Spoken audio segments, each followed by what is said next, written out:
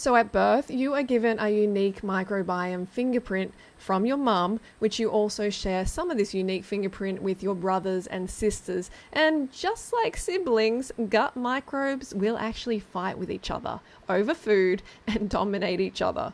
Yes, they are feisty as fuck. So you have this community since birth, yet it is also dynamic, so it can shift often and dramatically depending on a number of factors, but diet is the number one, without a doubt, number one factor, and that's what we will focus on today. So you literally have this carpet of these single-cell organisms living inside your colon right now. That's right, give your gut a pat, because that's where they're at. And they are either having a party down there, or it's an ongoing funeral. And it's all to do with your diet. Your microbiome is so important to the functioning of your body, absolutely crucial that your microbiome is considered an organ in itself. And the total weight of your microfamily is 2 to 3 kilos. This is weight you don't want to lose from your gut. Number one is it's common sense, okay? Eliminate all foods that don't contain fiber. So yes, that means animal products must go. They cause dysbiosis, which basically means the bad guys in your gut are winning. And we don't want that, of course. And as we touched on earlier, your good bacteria end up eating your protective mucosa and weaken your immune system.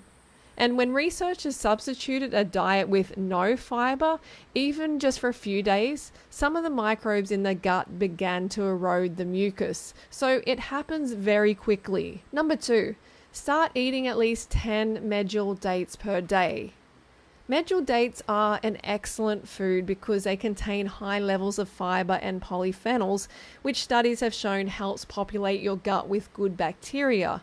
That not only helps boost your immune system, but also helps heal inflammatory diseases.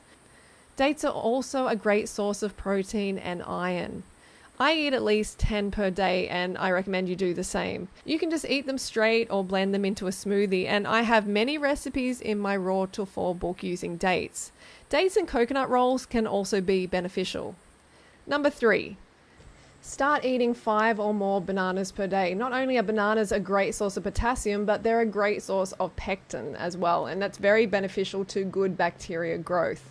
So you can actually make a delicious banana and dates combo smoothie. So it's like this double whammy with the polyphenol-filled dates and the pectin-loaded banana, and they're easy fruits for any of you to find. Number 4.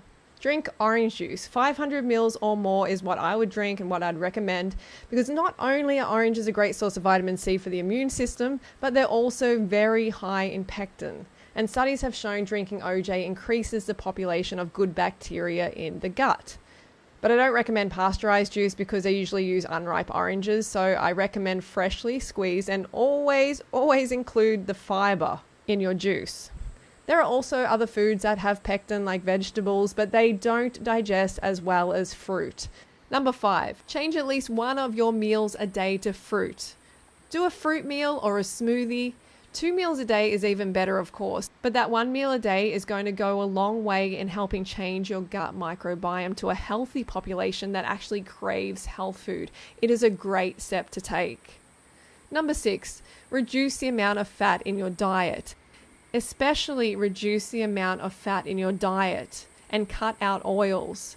I recommend maximum 15% of your daily calories comes from fat, and better still 10% or less. Through extensive research, this has been shown to be an optimal figure when it comes to fat intake and is backed by leading plant-based doctors and cardiologists.